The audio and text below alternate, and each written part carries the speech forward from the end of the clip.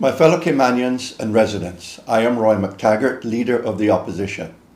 On Tuesday, 14th November, the Parliament met to debate a motion on a lack of confidence in the government that was filed by myself and Deputy Opposition Leader Joey Hew. We in the opposition understood there was a chance that the motion would not pass in Parliament.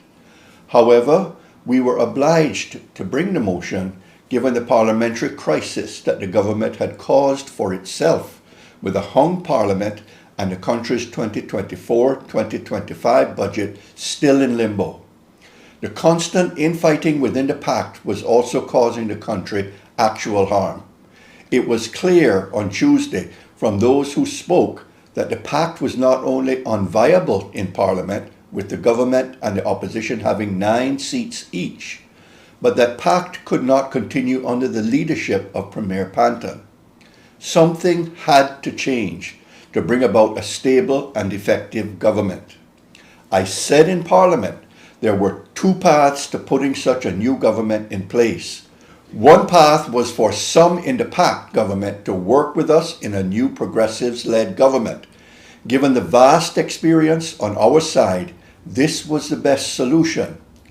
The other path was for the pact to reform itself under new leadership with a new premier who could pull the group together and resolve some of the deep-seated divisions within the pact government that have been so clearly on display.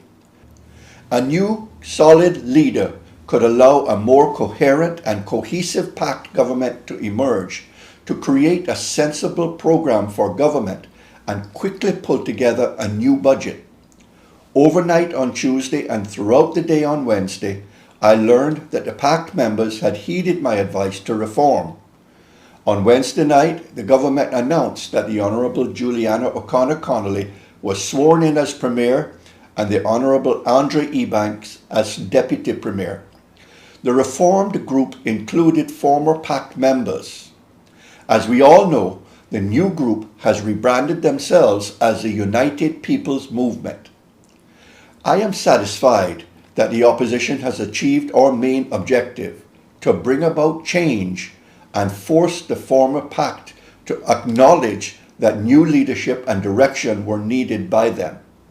I take this moment to congratulate the new Premier and Deputy Premier. I look forward to working with them in the coming months. As I said in Parliament on Tuesday, the Progressives opposition will respect a new Premier's right to lead the government and get a budget passed. However, while the opposition is willing to give a new government under the Premier some leeway, there is little time to waste in tackling our country's challenges and helping our people. We will hold the new Premier and her colleagues accountable, just like we have the previous Premier. We will not hesitate to be critical if performance does not improve. Holding the government to account has always been and remains the opposition's job. In the coming budget, we will support the new Premier and government in those areas the opposition agree are priorities. As I said before, there is a clear set of priorities that we could agree upon. I have set those priorities out very clearly over recent months. 3 of those priorities tackle the most pressing challenges facing the Cayman Islands. Those are, first, to overcome the ongoing impacts of the cost of living crisis. Second, to reduce crime and the fear of crime.